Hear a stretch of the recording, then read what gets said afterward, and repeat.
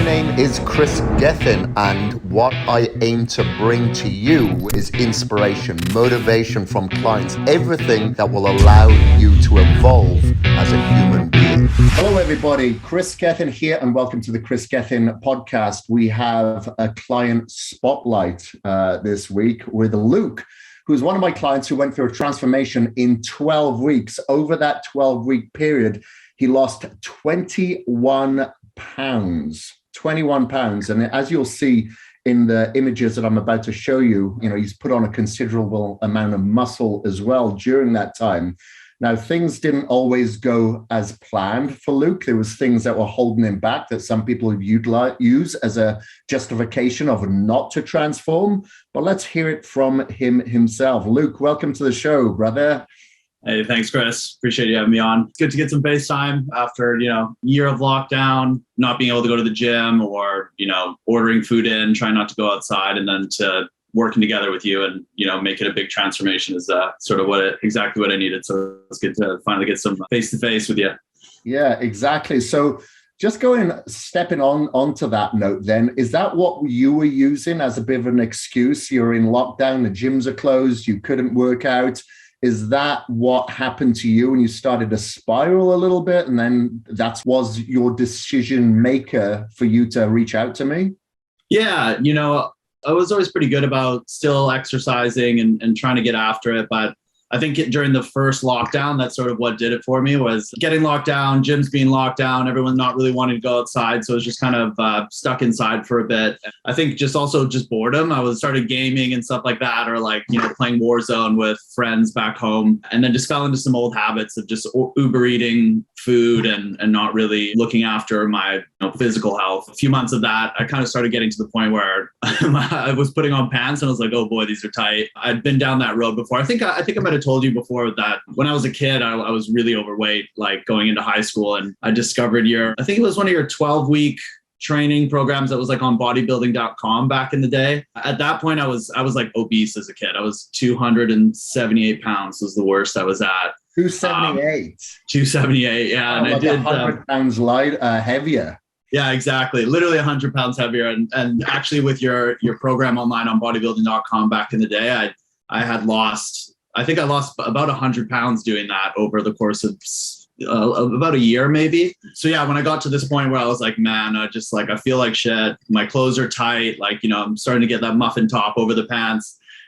And I just kind of remembered in my head, I was like, I've done Kris's program in the past. And I saw you were posting something just on your Instagram. It's like, hey, I'm offering one-on-one online. And I was like, all right, I'm like, this is the calling, just time to suck it up and just do it. So yeah, and then we got to where we are now. That's awesome. So I'm going to give some people here a visual perspective of kind of what you look like when you reached out to me during that lockdown. Yeah, there we are. That's the before picture right there. I could show the back. I always like to show the back because that's something that you cannot hide. Got the great handles happening there.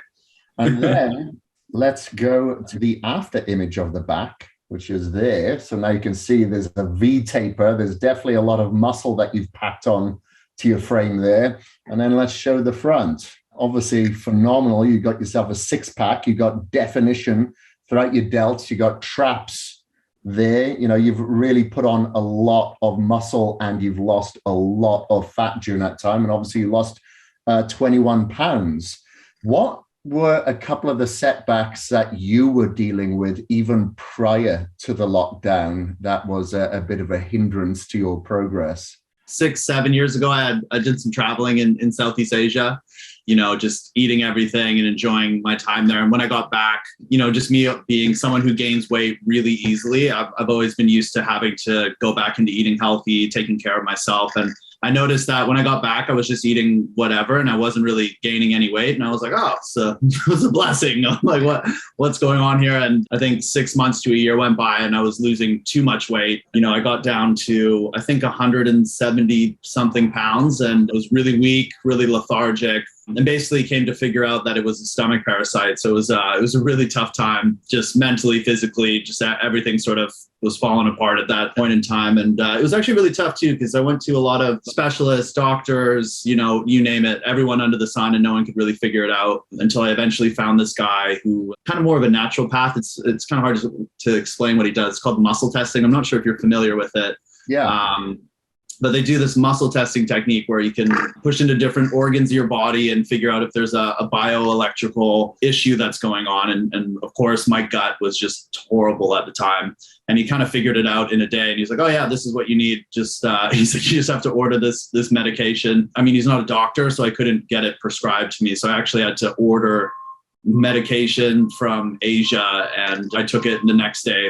Gut pain went away. It was like, that guy saved my life. And I was like, I have to put my hands up in the air, because a lot of the Western medicine couldn't really do it. And finding this guy, his name's Leonard Carter, based out of Vancouver, Canada. I should give him a shout out. But that guy saved my life, essentially. I many times rushed to the hospital, many times, feeling like, oh man, I'm going to die. It was a really scary time, but that guy saved me. Came back from it.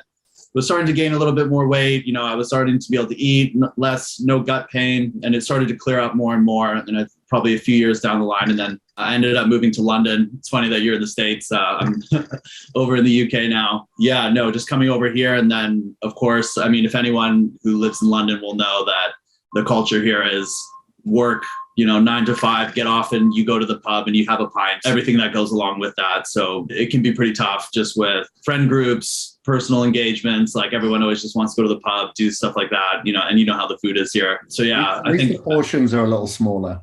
Yeah, with that I will agree. But, it's the liquid calories and stuff like that. And I think that's part of it as well, leading into when we first started this program was, I would just be, instead of going to the gym, I'd be like, oh, friend's birthday, have this, have that. And really just letting that sort of dictate what I was doing versus just looking out for my own health and well-being first and foremost. And then putting that as the afterthought. That was sort of the big shift. As we started working together, that was really good, really good for me.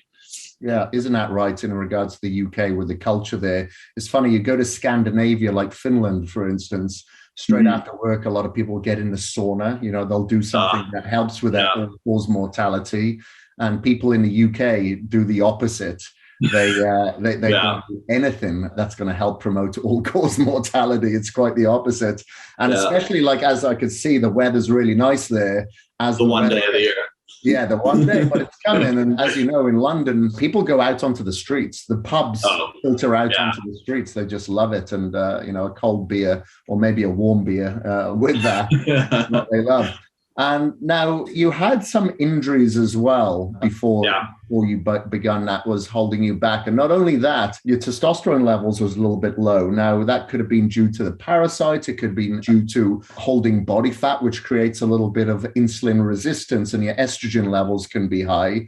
And, I'm sure that contributed to feeling fatigued, maybe a little bit down.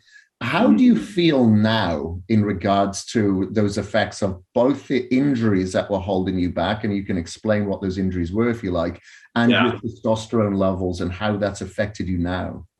Yeah, for sure. I mean, night and day, right? I guess we'll start with injuries. I had pulled something in my left shoulder, like a sort of an impingement. And I think it was from back in the day, I was lifting with my ego and not with my brain, of really just trying to go too heavy, doing some deadlifts, and I tore something. And essentially, if I go too heavy doing deadlifts and some of that, I'll feel that pull in that sort of area. So I would just avoid that, when really I should have just tried to work around it and do some things with that. And then I was having some issues with my sort of left knee as well, like sort of the left leg. I think it's sort of systemic from having some unfortunate bunions. Thanks, mom and dad. Just a couple of those things. So, when you feel a little bit of pain, I would just be like, all right, I'm just going to do something else, or nothing at all, really. So really just let those be excuses to not get after it, not do the right things. And then, going into when we did our blood work, when we first started, I thought that was a really surprising aspect, because when I think of most trainers doing, online training or doing anything along those lines, you're like, all right, here's a meal plan, here's a training regime, but you really approached it more holistically in that sense of how's your sleep? What's your work life how are your blood levels? And then once we got into the blood levels and I saw where I was at, it helped sort of paint that picture of, why I was feeling a little bit lethargic, test levels were low, and really just how to overcome that, Sorry, I'm not sure if I've answered your question with that, Kris. No, that answered. I just want to know, like, how are you feeling today? Those injuries still there? And as far as your testosterone levels, do you feel a more positive effect now where you're feeling a little bit more alert, more focused? Just interested in what that transparency is like.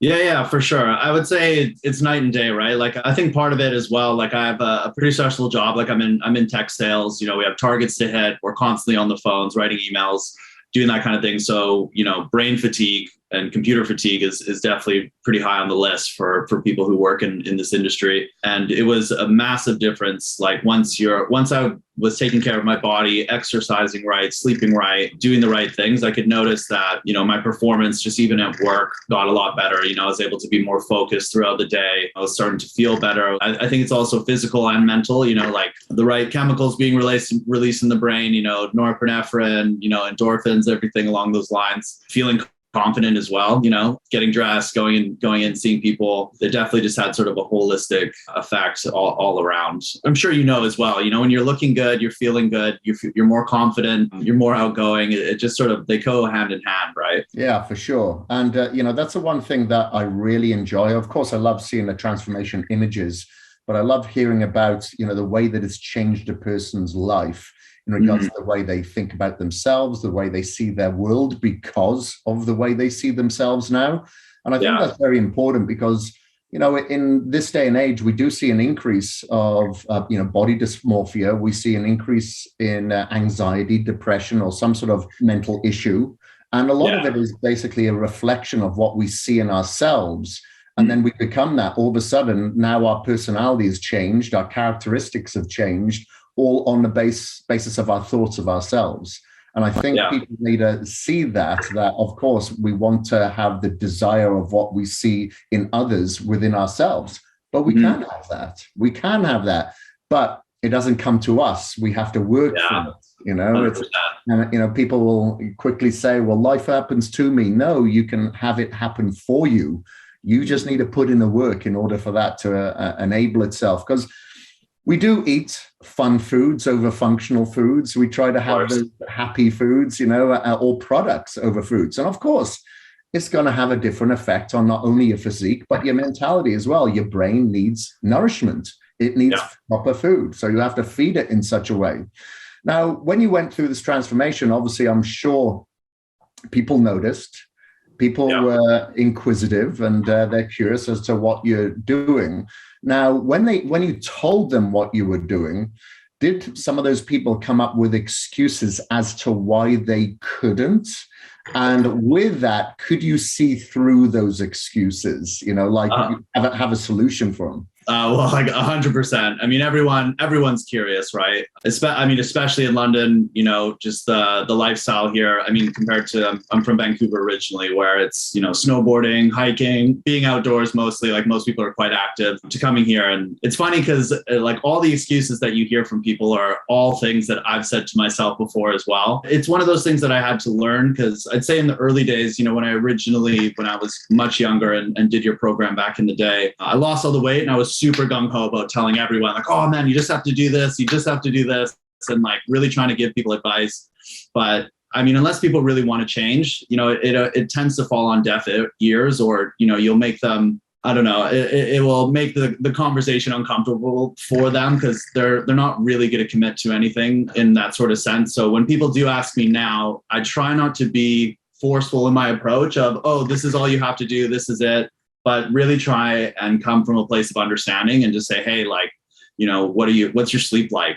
How often are you exercising? And really more so running it like almost like a sales call and like a discovery call, and just, trying to help them get to the answers themselves and just say like, oh, I really wish I could lose some weight. I wish I could do this. So I was like, what's your lifestyle choices like right now? Like, are you doing the right things? Have you like thought about maybe just adding something in or doing the first steps, or asking for help, or just even sharing my story, and telling people, hey, I've felt the exact same things I told myself that too. You just have to change your mindset around it and just make it so it's not a choice. It's just what you do. It'll make it so much easier.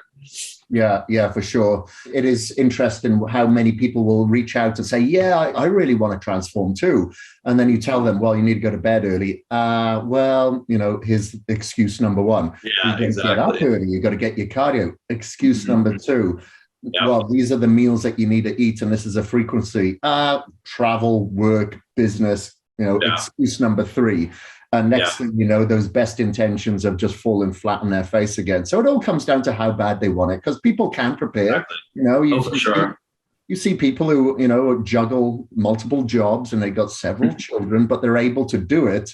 But then you'll get other people who don't have quite as many commitments, and they come up with an excuse. It all comes down to how bad they want it.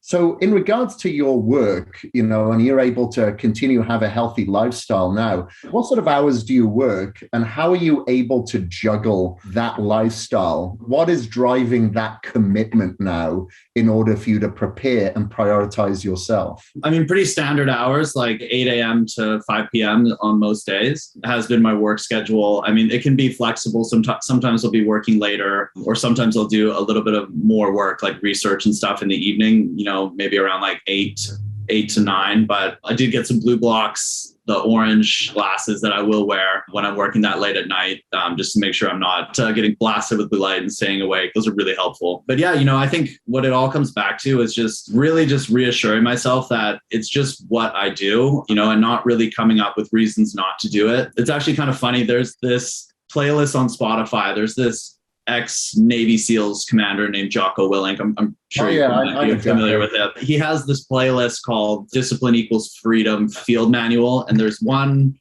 I don't want to say song, but there's one on it called Not Feeling It. My flatmate will laugh if he listens to this, is because he'd hear me putting it on all the time. It would be at the end of the day at work. It's like 6 o'clock. We're exhausted, feeling tired. So had just sat on the couch. I'm like, it's time. Like, we have to do this. And I put it on. And essentially what it goes through is like, not feeling it. What do I do on those days where I'm just not feeling it? Like, where you're a little bit tired, a little bit worn out, a little bit sick of the grind. I go anyway. Like, I get it done.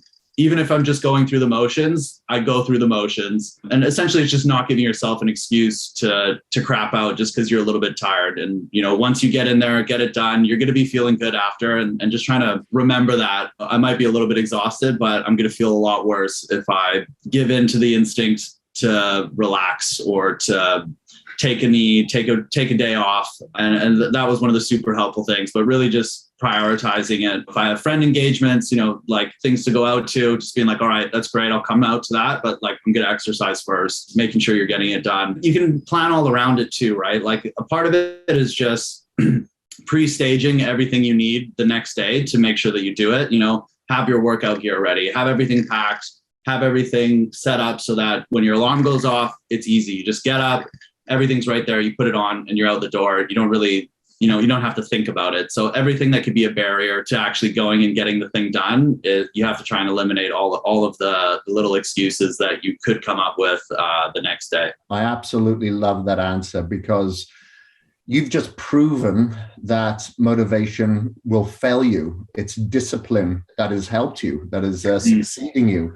Because if you're lethargic, you're emotionally charged, you're pissed off or whatever, then motivation obviously is going to fail and you're not going to go to the gym. You're not going to eat well. But because you've practiced discipline now and created that neuro pathway to constructive habits as opposed to destructive habits, now you can just rely upon that discipline to kick in and go, you know what? I don't feel like going, but I'm going anyway. It's like when it's cold outside and you don't want to get in the ice bath or the cold shower, but you do it anyway, because that is going to create more resilience and discipline that is going to have a transcendence effect, much like when you wake up in the morning and go, you know what? Not feeling it, but you're doing it anyway.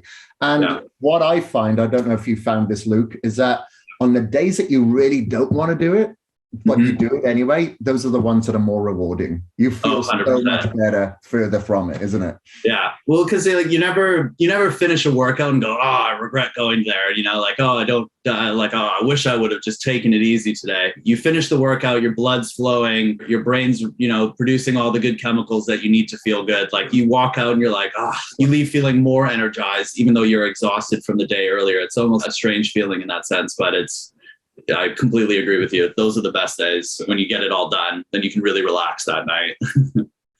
I just want to ask you as well, in regards to the program, were you surprised that things like, you know, like wearing the blue light blocking glasses? I'm wearing them now today because I've got two harsh lights. Oh, yeah.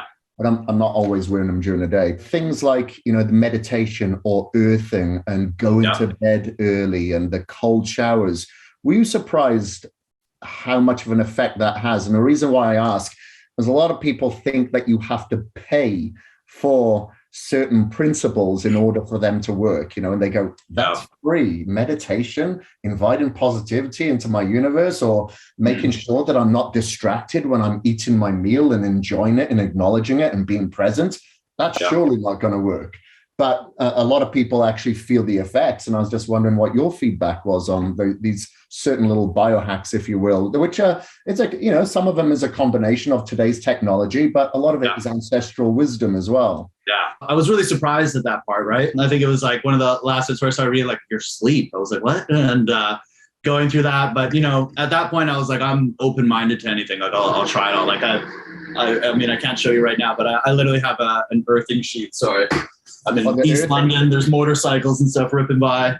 Earthing, you have the earthing mats, yeah. So I have an earthing sheet. I mean, under my computer right now, I have an earthing mat I put my feet down on. One of the actually really good purchases I made lately, it's called the sunset lamp. And it just does like orange and sort of a little bit yellowy hue. Kind of gives you that sunset sort of feel, and I just have them around the flat now. And for people in America, that's an apartment. Sort of setting up, I think the environment was a big thing for me, just doing the different little biohacks and seeing how I felt. I mean, I went down the rabbit hole once I started looking into biohacks and the ones you shared with me. And the one that's very surprising and it freaks some people out, it's called mouth taping. Yeah, so that's one where I really noticed a massive effect where I was like, you know, I'm just going to do it for a week. Let's see how we feel. And, you know, you can just buy like a roll of 12 medical tape and just tear off a little piece, put it over your mouth before you go to bed. Because that was a mouth breather. I kept finding that I'd wake up with a dry mouth. I'd be a little bit dehydrated, have to slam some water. But once I started mouth taping, and the week later, the first day I slept without it, I woke up and I was exhausted and tired. And I was like, oh no. And now it's just like a habit that I have. But I think it's like an accumulation of little things will give you, they stack, I guess, in that sense, right? Like it will, you know, I mean, if you only do one little thing, you know, it might not give you the most positive effect, but if you're really focused on it, doing things like getting rid of blue light, earthing, you know, mouth taping, doing these different things, like they will have a stacking effect. And in my mind, even if it's just a psychological thing, you know, like a placebo, like it's still helping me regardless. Not that I'm saying it is. Like I've looked at a lot of the stuff online, looked into the studies. It's been super helpful. I'm a big fan now. What is great, you know, we may think, okay, it could be the placebo effect. Well, if it is, great, still do it if it's helping you. Other things such as wearing the blue light blocking glasses, or let's say mouth taping, you can actually quantify that, you know, with like an Aura ring, for instance, where you're measuring your REM and deep sleep cycles. So you can see, because it's very hard to have a placebo effect when you're sleeping. Yeah, you know? exactly. You're unconscious, but it's great to see that these things can have an effect. Like I was wearing a blood glucose monitor for about a year, so I could see that ice bath in the morning really did help with blood sugar stability throughout the day. So it's like, okay, it's not woo-woo. There is actually positive effects to this, you know, and that's the awesome thing that you can quantify. Speaking of biohacking, have you heard of the Health Optimization Summit that's being held there in London? Tim Gray, yeah. No, I follow him on Instagram. I think there's another guy. or no, maybe he's not based out of London. He's the German dentist who goes a lot Dr. Dom. Dom's a very, very good friend of mine. Yeah. I'm just going in. I'm like, oh man, I'm like, do I have metal teeth fillings and stuff like that? But yeah, definitely super interested in it. I'll be trying to make my way over. But after practicing and using these different biohacks, it's really interesting, right? And seeing the effects that it can have on you.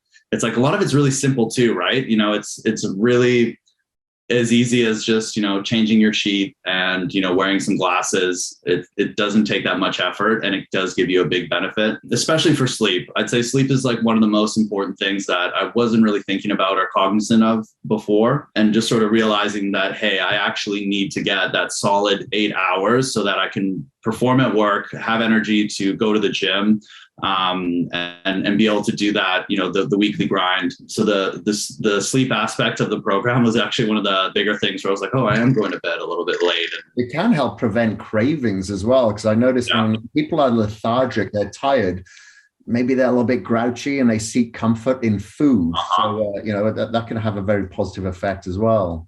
Yeah, no, I noticed that for sure as well. I mean, with me, I think that's also part of doing the program was getting rid of everything that, not having any room for giving into the little voice in your head that says you're starving, like, oh, just a little bit of this, it won't be a problem. But not having that stuff in the house was a big thing. But yeah, I noticed it myself, especially if I'm tired. If I did get a bad sleep, I'll suddenly start craving sugar. I'll be like, oh, I want like a little piece of chocolate or a little this or a little that. Just remembering like, okay, you're just a little bit tired. It's not that. Like, get up, go for a little walk, drink some water. Just try not to give into temptation, Well, Luke, it's been an absolute pleasure speaking to you and seeing you face to face here today. Your story is very, very inspiring indeed.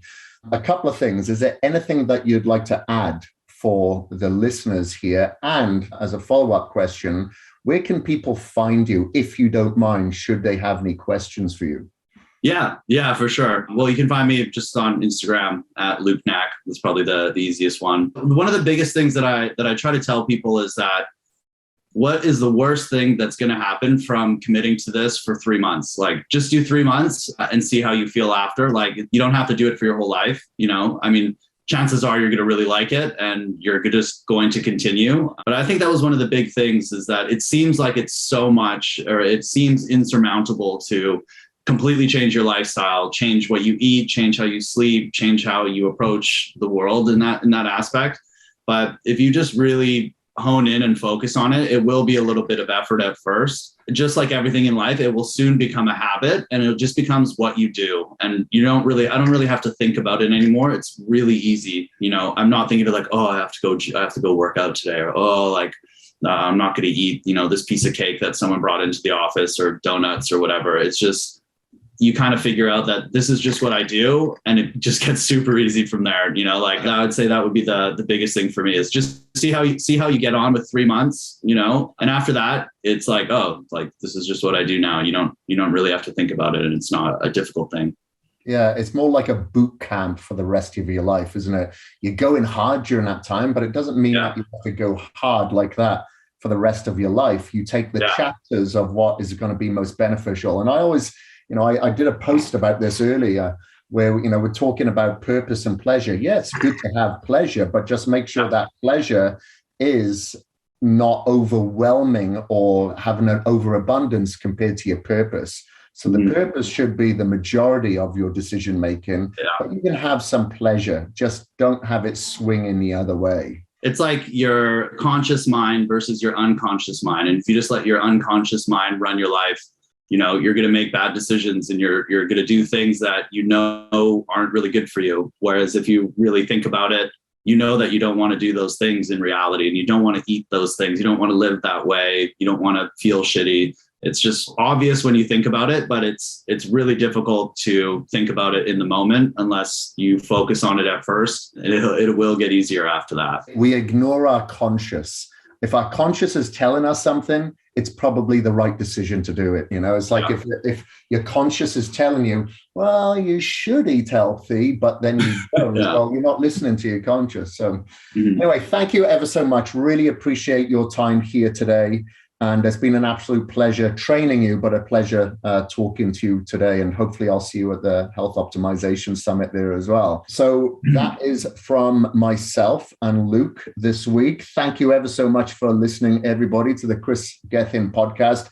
If you do like what you're seeing, if you're watching this on YouTube and you have any questions, please ask them below. But if you are listening on any other platform, then please do subscribe and share with anybody else that you feel would benefit from this podcast. Thank you ever so much. Until next week, we are out. Thank you ever so much for listening. My name is Kris Gethin, and I am out.